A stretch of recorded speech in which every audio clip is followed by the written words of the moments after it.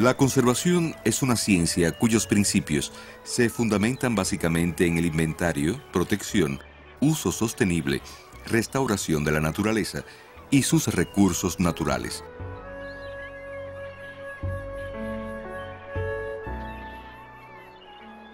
Y entre esos recursos naturales están la flora y la fauna. La biología conservacionista trata además de proteger los recursos bióticos originarios que conforman los genes, las especies y los ecosistemas.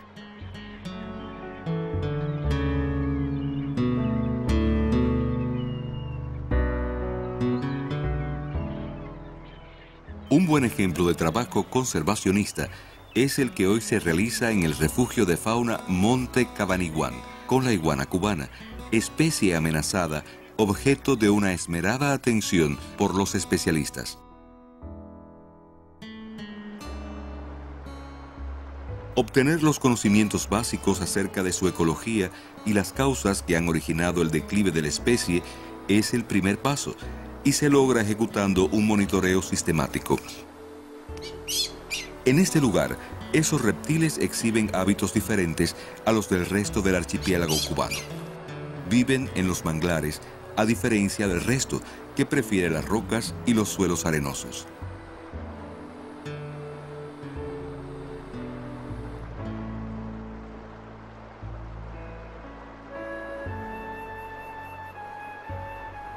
Tal vez la más joven especialista dedicada al estudio de las iguanas sea Yairén Alonso Jiménez.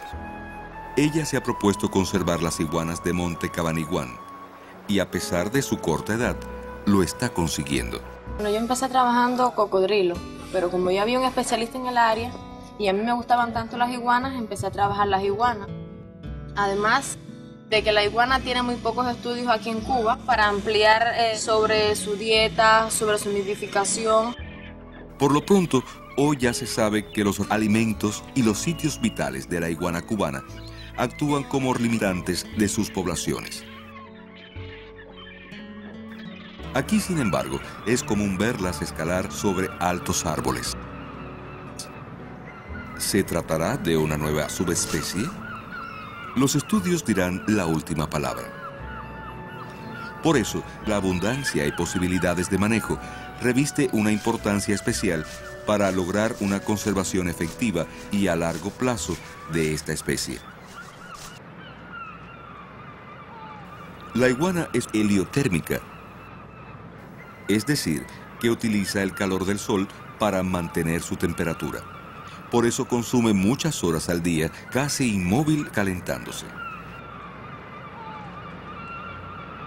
Los estudios efectuados demuestran cómo el calor corporal es directamente proporcional del calor absorbido por la piel.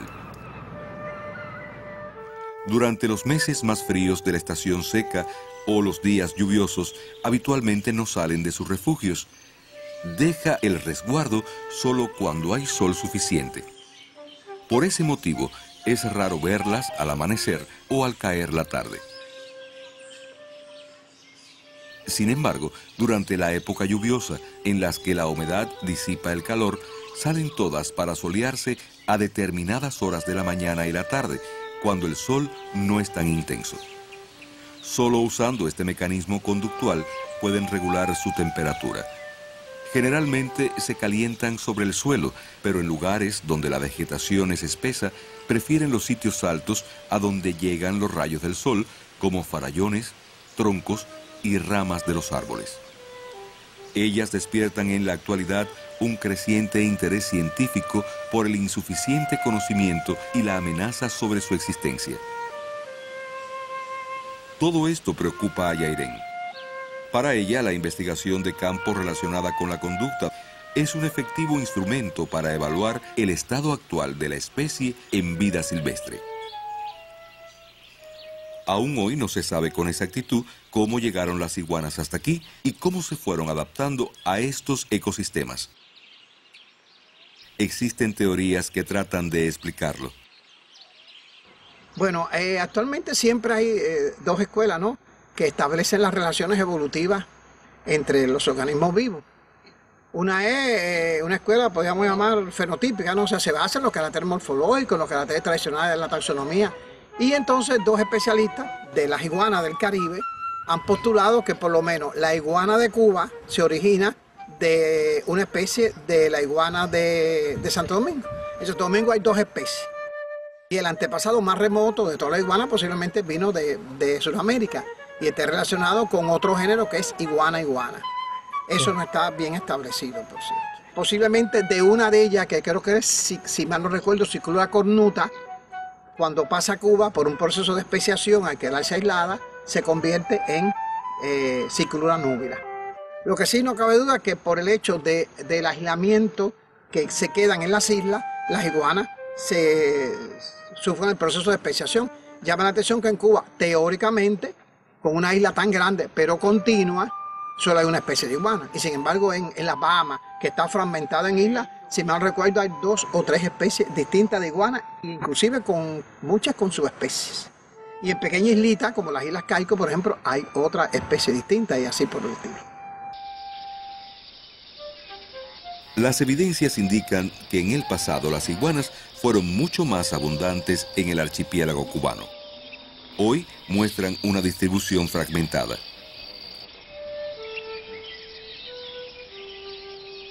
Los especialistas conocen que son diversas las causas que lo han motivado. Una de ellas ha sido la alteración del hábitat. Las carreteras, caminos o tendidos eléctricos son una amenaza para la vida silvestre. Significan barreras al movimiento natural de los animales y al mismo tiempo permiten la difusión más rápida de enfermedades y especies exóticas que compiten con las nativas. Estos son rastros de iguanas caminando por la duna y por el tamaño se ve que no es una iguana muy pequeña. Quizás ya puede alcanzar aproximadamente la talla de 1 metro, quizás un poquito más. Este es el rastro de la cola. Una de las tareas iniciales en cualquier trabajo de conservación es la realización de conteos. Es esencial conocer la abundancia de los organismos que componen los ecosistemas. El método para contarlos está en dependencia de la especie, sus hábitos y el lugar. Los estudios que se están haciendo por toda Cuba de poblaciones de iguanas, sobre todo en la costa sur, bajo un proyecto internacional, empleamos 2 métodos. Hay un método que es el clásico, aprobado inclusive por los especialistas de iguanas del Caribe, que es la banda transecto. Nosotros usamos una muy buena, nos dio muy buenos resultados en Cayo Largo, hicimos 40 réplicas, después la verificamos con otro método y dio prácticamente igual. Este método consiste en un individuo en el centro que anota y individuos a los laterales que llevan un ancho fijo y ellos son los que van contando las iguanas dentro de esa banda. Cada vez que ven una iguana dicen una, no se pueden equivocar, lo dicen una sola vez y la anotadora en el centro va anotando. Esta banda usualmente la hemos estandarizado entre 800 y 1000 metros en dependencia, bueno, de callos, hay callos corticos. Y ha dado muy buenos resultados y por ahí sale. Porque usualmente el hábitat favorito de la iguana es justamente las peleas que son estrechas. Por eso no podemos hacer grandes, además la iguana se mueve. El requisito fundamental de este método es que se cuenten todas las iguanas que se ven, eso no es cierto. Pero ya se ha ideado un método que se llama transecto, que este año lo vamos a emplear en todas las áreas protegidas que se están contando iguanas. Este método te cuenta las iguanas que tú viste, o sea, densidad por la que tú viste y la que supuestamente realmente hay. Muy bueno. La hicimos con un modelaje muy bueno con el tocororo y dio magnífico. Vamos a ver ahora qué da con la iguana. Es muy sencillo, pero más trabajoso porque hay que medir más distancia en el método. Hay lugares un poco más atípicos, no son costas de playa arenosa, son costas rocosas, es más difícil ahí, pero bueno, más o menos camina. Y en los canalizos del refugio de fauna Monte Cabaniguán, uno de los lugares más fantásticos que hay aquí para fauna de humedal, ellas viven en los manglares. Usualmente la iguana no vive en los manglares, pero como aquí hay tan pocas áreas de costa arenosa, se han adaptado a vivir en los manglares. Y ahí se cuentan por canalizos. Y se van contando las iguanas a la hora del día que están reposando en la rama. Se cuenta iguanas por kilómetros recorridos y después se extrapola por una ecuación de regresión a iguanas, a densidades de iguanas. Estos datos son después tanto procesados por el área protegida para el uso de los especialistas y científicos, como la parte central y la institución que está llevando a cabo el monitoreo de la costa sur para también procesarlo y hacer un conocimiento integral, porque lógicamente los que lo hacen a la escala local solo tienen la visión de su localidad. Y nosotros damos una visión global de cómo está la iguana. Te puedo avanzar que los conteos de 2011 y 2012 dieron muy buenos resultados en algunas áreas. Lamentablemente en Guanacavive, por la actividad humana, que es una de las cosas que más le oye la iguana, ha disminuido. En Los Cayos estable, durante 2 años y todos los meses bastante estable. Y aquí en Monte Coronel tiene una peculiaridad fantástica. Como el área es tan heterogénea, la densidad de iguana también es heterogénea, pero también hay muy buena densidad de la iguana, se protegen muy bien, especialmente desde que el doctor Alonso Tabé controló esto, pues sencillamente se ha mantenido muy buena la población. Y se ha hecho inclusive el primer estudio en Cuba que se hizo de nidificación de la iguana cubana fue aquí. Como otros reptiles, las iguanas mudan la piel. El tejido eliminado, rico en proteína, puede formar parte de su dieta. Saber qué come una especie es otro elemento importante a estudiar. El alimento puede llegar a ser un factor limitante para cualquier población. Lo esencial para todo organismo es crecer y reproducirse. Para lograrlo, necesita energía y sustancias que deberá extraer del alimento que consume. El más interesante para mí es la talasia. Cuando la marea se retira hacia su espalda y empieza a comer algas. Exacto, sí, sí. Están llenas de epilionte, creo que se llama eso. Están llenas de todo, pila de organismos vivos que aparte de la alga está comiendo. Y se va retirando entonces junto con la marea. Lo hace muy despaciosamente, puro. Otra cosa fundamental para nosotros, y más para las dunas, es la ingestión de gramíneas, de las semillas de las gramíneas, que las excreta prácticamente sin digerir. Y es una forma de dispersar las semillas y protege entonces las dunas contra la erosión. Exacto, exactamente.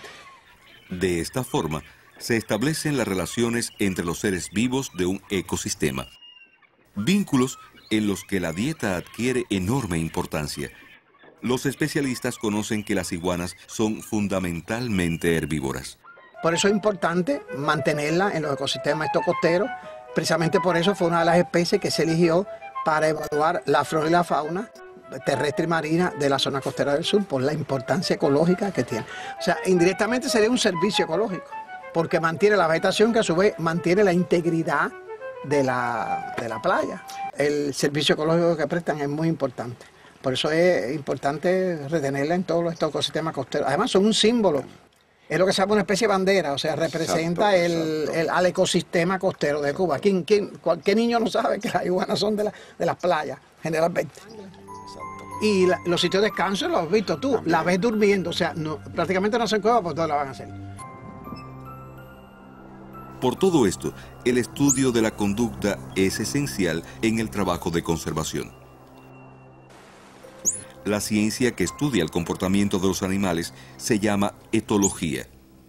Por ella llegamos a saber no solo los hábitos alimentarios, podemos conocer cómo se desarrolla el cortejo de los machos de cualquier especie al inicio de la época reproductiva o la conducta de construcción de nidos.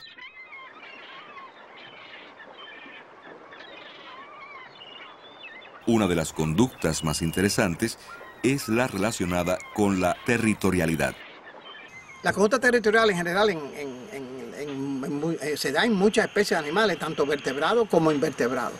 La conducta territorial evidentemente tiene un valor adaptativo eminente, porque así el animal asegura un territorio donde pueda encontrar con seguridad y con conocimiento, y para escapar de los depredadores, refugio, alimento y pareja. Entonces por eso muchos animales defienden ferozmente sus territorios. Depende de muchas cosas. Primero lo señalizan, ya sea por marcas químicas, por rugido como los leones, o por heces fecales como hacen los caballos y los rinocerontes. Miles de posibilidades para marcar un territorio que dice claramente: yo estoy aquí, no te metas. Las investigaciones han demostrado que las iguanas son animales muy territoriales y que esta conducta se acentúa en la época reproductiva. ellos con el booming que se llama, muchas especies de iguanas está amenazando. Es un tipo de amenaza. Si lo hace más fuertemente, está indicando que es un tipo fuerte, ¿no? Y entonces el otro quizás, al no poderlo hacer al ritmo de él, se da cuenta que es más fuerte y se retira. Muchos animales hacen esto, son lo que se llaman señales ritualizadas, o sea, servían para una cosa y las sirven para otra, en la conducta. Y muchos animales usan estas señales. El clásico del lobo, si hay una pelea, cuando ya siente que va a perder, se tira boca arriba y le muestra su parte más vulnerable, el cuello y el vientre. El otro no lo ataca. El único animal que hace eso, a pesar del acto de sumisión, son los humanos. Existe todo un lenguaje para cada conducta y para cada especie. Las relacionadas con la territorialidad no son una excepción. Cuando se enfrentan dos machos, entonces las peleas pueden ser, como se dice, escaladas o no. Cuando es no escalada, sencillamente basta con que los machos se amenacen mutuamente y al final el más débil se da cuenta de que va a perder y se retira. Casi siempre, como había dicho, es el intruso. Se agarran por la mandíbula, tratan de tumbarse uno a otro, etcétera, hasta que el más fuerte gana. Entonces, por ejemplo, igual las paperas y la goguera esa que tienen todos los machos es para impresionar a otros machos. Porque cuando van a amenazar se hinchan y todo aquello luce espectacular. Entonces, en este caso no es para atraer a las hembras como se hubiera pensado, sino para amenazar a otros machos. En muchas especies, la posesión de un territorio es el primer paso para llegar a conseguir pareja. Así, los más fuertes y aptos luchan e irán desplazando a los menos competentes. Es todo un ritual que han ido perfeccionando a través de su historia evolutiva. Con reiteradas amenazas, tratan de ahuyentar al otro macho. De producirse el ataque, ambos pudieran resultar malheridos y les impediría el objetivo final, fecundar a la hembra. Por eso se enfrascan en reiteradas amenazas sin llegar a un ataque real. Hay muchos actos de sumisión. Por ejemplo, usualmente si tú amenazas, tú tratas de ser grande. Cuando tú quieres hacer un acto de sumisión, tú tratas de ser pequeño. Entonces, lo que hace es encogerte todo lo que pueda. Usualmente gana el más fuerte y el más grande. Eso posiblemente ha permitido por selección sexual que la iguana lleguen a los tamaños que tienen. La familia iguánide y la varánide son dos típicas de esta cosa. Entonces, el dueño del territorio, quizá la iguana, se queda con ese macho, no en sí porque es más grande, sino porque tiene más recursos alimentarios. Usualmente, la teoría ecológica dice que las hembras están limitadas por su reproducción por los recursos alimentarios. Entonces, un macho que tenga un territorio con buena vegetación, con buena cobertura, una hembra lo va a aceptar, pero la casualidad que ese fue el macho que ganó el territorio porque es más grande. Entonces, ¿qué va a hacer? Va a transmitir sus genes de tamaño a su generación y los machos van a seguir creciendo por ese proceso de selección natural. Generalmente, uno de los dos abandonará el área antes de llegar a la lucha. En ocasiones, ninguno cede. Por eso podemos ver en los machos más viejos los resultados de esas luchas.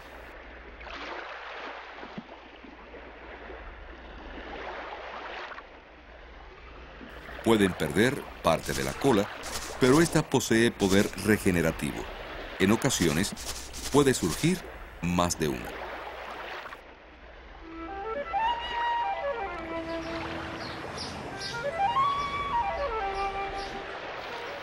Después de la cópula, le toca a la hembra buscar un lugar dentro del territorio para nidificar.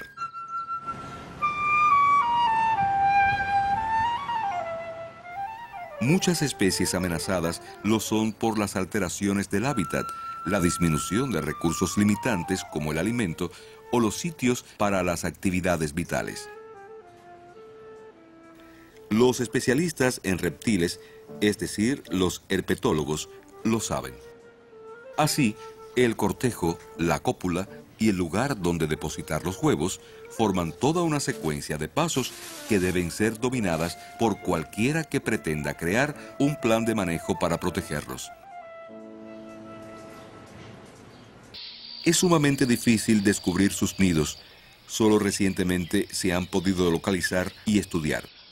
Es uno de los logros del trabajo en Monte Cabaniguán. Ella ha hecho de este refugio de fauna un excelente laboratorio natural donde ya ha acumulado una rica experiencia a pesar de su corta edad. Uno se pone muy feliz de encontrar por primera vez su primer nido de iguana. Cuando ellos eclosionan, es que se encuentran de 100 a 150 aproximadamente. En Monte Cabaniguán se da un fenómeno exclusivo. Aquí es abundante el cocodrilo acutus. Hace nidos gregarios removiendo reiteradamente el terreno donde finalmente fabrica sus nidos. Después que el cocodrilo ha hecho este trabajo, la iguana hace sus nidos en la periferia del área de nidificación de los cocodrilos. Es una curiosa asociación que Yairén sigue estudiando con detenimiento, pues se trata de dos especies de reptiles cubanos que ocupan un lugar destacado en los trabajos de conservación. En las 5 áreas que ustedes tienen de nidificación de cocodrilo, ¿han observado esta, relación o dependencia de la iguana con respecto a la nidificación de los cocodrilos? Sí. En todas las 5. Magnífico, magnífico. Los sitios de nidificación normales para otros lugares donde la iguana no convive con el cocodrilo son determinados lugares que ellas mantienen con mucho sigilo, van ahí, ponen comunalmente, igualito como aquí, y después tapan también los nidos que tú ni te enteras que por ahí han pasado la iguana. Pero aquí son oportunistas, aprovechan ya el trabajo del cocodrilo y así. Estas son evidencias de posibles nidos de iguana. Por aquí salieron todos los neonatos. Ellas hacen especie de un túnel y al final del túnel entonces que hacen la cámara donde ponen los huevos. Y como se puede observar, ponen los huevos casi en la superficie.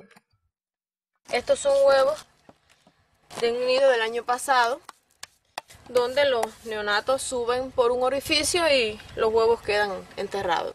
A veces las juveniles es lo que hacen, escarban un poquito y casi en la superficie ponen la nidada, que la nidada casi siempre es pequeña, no como de la nidada de las más adultas que generalmente ponen un poco más de huevo. Rompen la punta con un dientecito afilado que tienen en el hocico. Y por ahí salen. Las nidadas se recogen en el campo y se meten en unas cajas de poliespuma, se llevan para mi casa y entonces ahí se les va mirando la humedad, se les va mirando la temperatura hasta que nacen. Cuando nacen se miden, se pesan para así poder saber con qué talla nacen los neonatos, porque eso en medio silvestre no se puede hacer. Ellas nacen y salen tan rápido que es imposible cogerlas. Después que hacemos los estudios, las tenemos unos días allá y después las soltamos. Gracias al trabajo que se ha hecho en esta área de mantenimiento de esta población es fundamental. Ahora, en la conservación, se trata sobre todo de trabajar lo que se llaman unidades de significación evolutiva, unidades de manejo, unidades para la conservación, lo que quiere llamarse, que son realmente estos genéticos diferenciados de la misma especie. En este caso parece que esta iguana, como está adaptada específicamente a los manglares, porque todo el mundo está acostumbrado a ver iguana ¿dónde? En las costas rocosas o arenosas. Hay dos secciones, la iguana que viven en los mogotes y la iguana que viven aquí en los manglares, en esta población tan fantástica como ustedes han visto. Gracias a estos estudios se puede entonces tener una idea clara de esta población y eso ha dado pie entonces a que se va a planificar un estudio genético para ver entonces el grado de diferenciación genética que pueda tener esta iguana con el resto de Cuba que viven en los cayos, en la zona rocosa arenosa y que aunque sea de la misma especie, eso no importa. Para la conservación importa la diferenciación genética porque eso es lo que se va a transmitir a la próxima generación. Se han encontrado también ya diferencias morfométricas. Sí, en el patrón de las escamaciones, precisamente, y del largo del fémur es donde más difiere y del largo del fémur. El futuro de las iguanas parece estar garantizado con jóvenes como Yairén y el resto de los trabajadores de la empresa nacional para la protección de la flora y la fauna. Proteger la iguana cubana. Hoy, todos trabajan con ese noble objetivo.